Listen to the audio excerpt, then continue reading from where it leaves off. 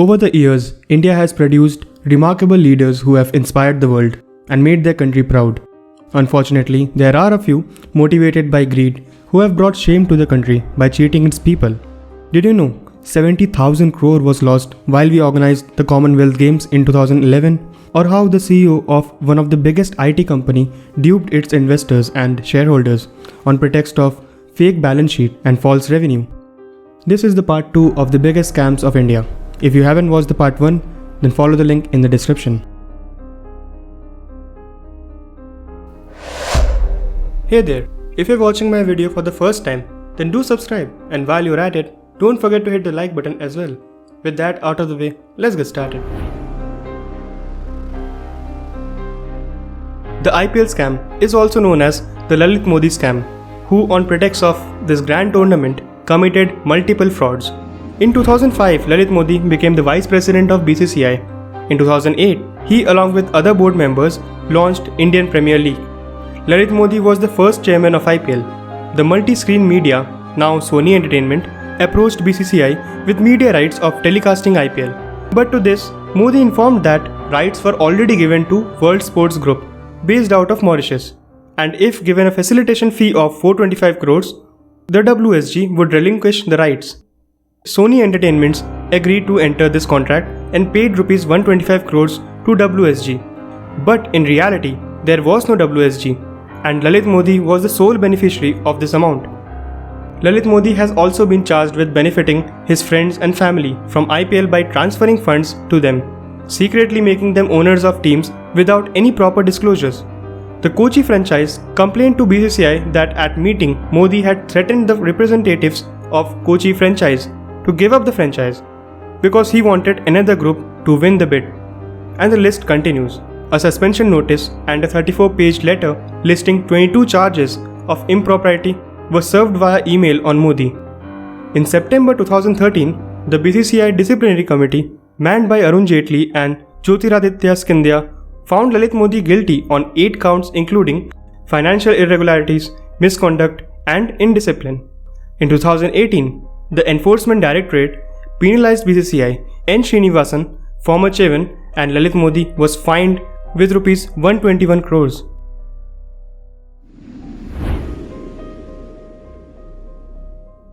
Satyam Computer Services was founded in 1987 in Hyderabad by two brothers, Rama Raju and Ramalingam Raju.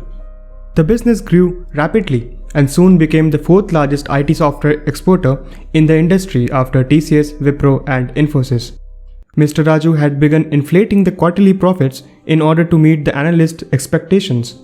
For example, the results announced on October 17, 2009 overstated quarterly revenues by 75% and profits by 97%. Mr. Raju used his personal computer to create a number of bank statements in order to inflate the balance sheets with cash that simply did not exist. The company's global head for internal audit created fake customer identities and fake invoices in order to inflate the revenue. This in turn would allow the company easy access to loans, and the impression of its success led to an increase in the share price. Also, the cash that the company had raised from the markets in the US never even made to the balance sheets. But this was not sufficient for Raju. He went on to create records for fake employees and would withdraw salaries on their behalf. The increased share price drove Raju to get rid of as many shares as possible and maintain just enough to be a part of the company. This allowed Raju to make profits from the stock sales at high prices. He also withdrew over 200 crores every month as salaries on behalf of employees that did not exist. Satyam Computers decided to take over Mitas, a real estate firm which was owned by Mr. Raju himself.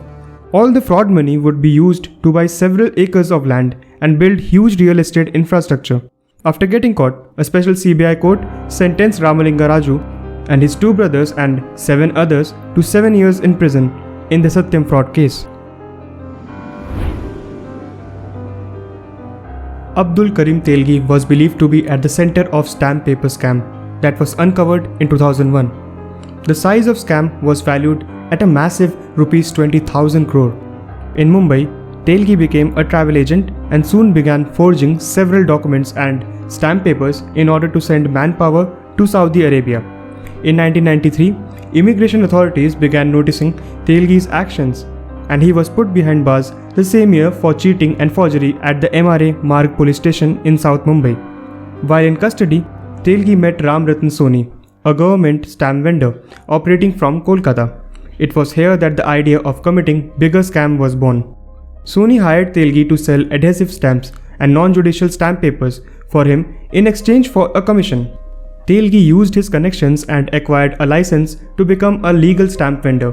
Telgi and Soni then forged numerous stamp papers and their business grew. Telgi would mix genuine stamp papers with fake papers, selling them at massive profits. In 1995, Telgi and Soni parted ways and the former found himself in trouble once again, with his license being cancelled over cases filed by the Mumbai police for selling fake stamps. In 1996, Telgi, by navigating through connections and recruiting powerful people, had set up his own press on Mint Road in Mumbai. Telgi was taken into police custody in November 2001 in Ajmer. His arrest came after two men peddling fake stamp papers were caught in Bangalore in 2000. In the year 2000, their arrest had led to the scam being uncovered. The case was taken over to CBI eventually. It was reported that Telgi allegedly had 36 properties around the country and had more than 100 bank accounts in 18 major cities. Lastly, Telgi met his demise while held up in jail.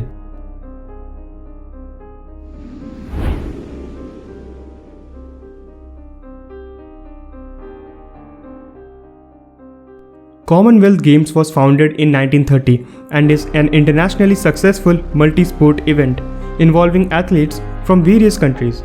In 2010, the Games were held in the capital city of New Delhi, where 71 countries participated. It was a sporting event lasting for 12 days. Approximately 12 billion rupees have been spent on infrastructure growth. 20 cities have been developed for tourist destinations. A special village was developed for Commonwealth Game called Game Village.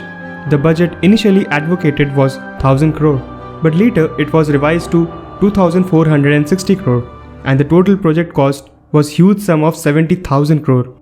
After the event ended, complaints like dirty quarter, leaky walls, never-ending construction close by, last-minute problems along with some athletes getting dengue fever were reported. All were seen as fraud. The whole event seemed to be a major hoax about the history of India. It was alleged that the names of some politicians came forward, that is Suresh Kalmadi, Sheila Dikshit, Manmohan Singh. Many bureaucrats like Lalit Bhanu Darbari, T.S. Darbari, etc. were also involved. Here are some shocking facts that came out after the scam broke. The Delhi government had spent 60 lakhs to buy a bus, but the initial cost of service was only 40 lakhs. During the time of the games, Delhi government had spent huge amount of extension on Delhi Metro line. Amount spent was around 3000 crore. Delhi government spent around 10 lakh on each pillar, but the actual cost was 7 lakh per pillar. In the opening ceremony of Commonwealth Games, there were some special attractions for all guests. It cost around 70 crores, but the actual cost contracted by UK-based company was only 40 crores.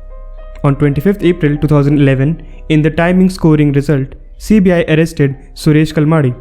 And on 20 May 2011, CBI filed the first charges against Kalmadi in the special CBI court.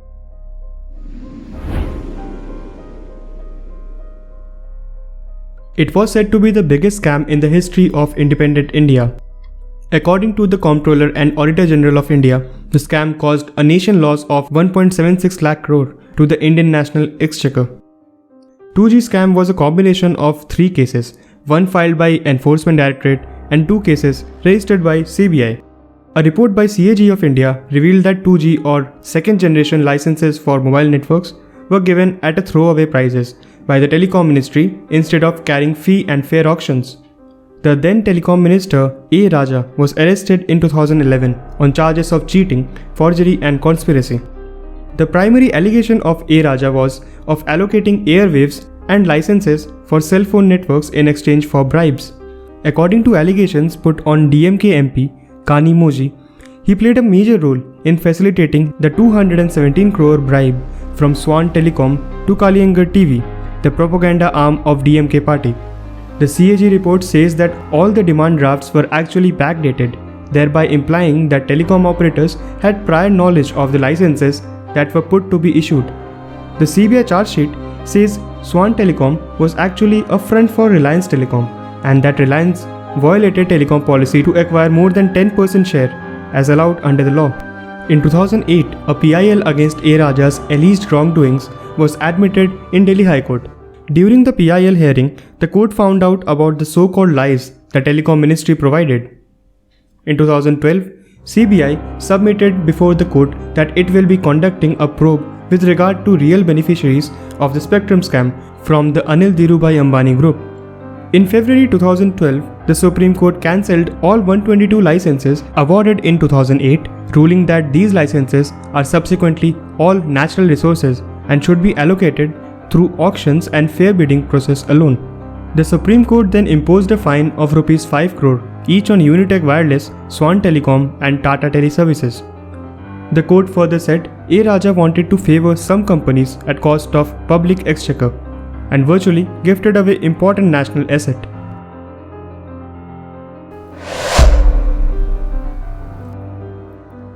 That's all I had for this video. If you enjoyed, then drop a like, and if you like watching interesting videos like this one, then do subscribe to my channel and press the bell icon so that you're notified when I'm back again.